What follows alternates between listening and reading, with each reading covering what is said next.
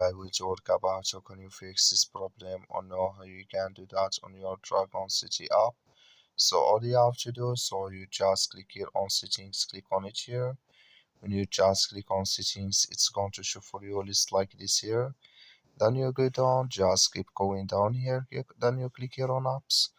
Come to apps list, and here you're looking for Dragon City app, or just click here on search.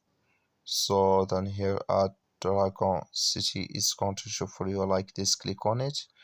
So then it's going to take you to this list here. Click on for stop. You click here on OK. So then you go down, just click on storage. Come to storage list here.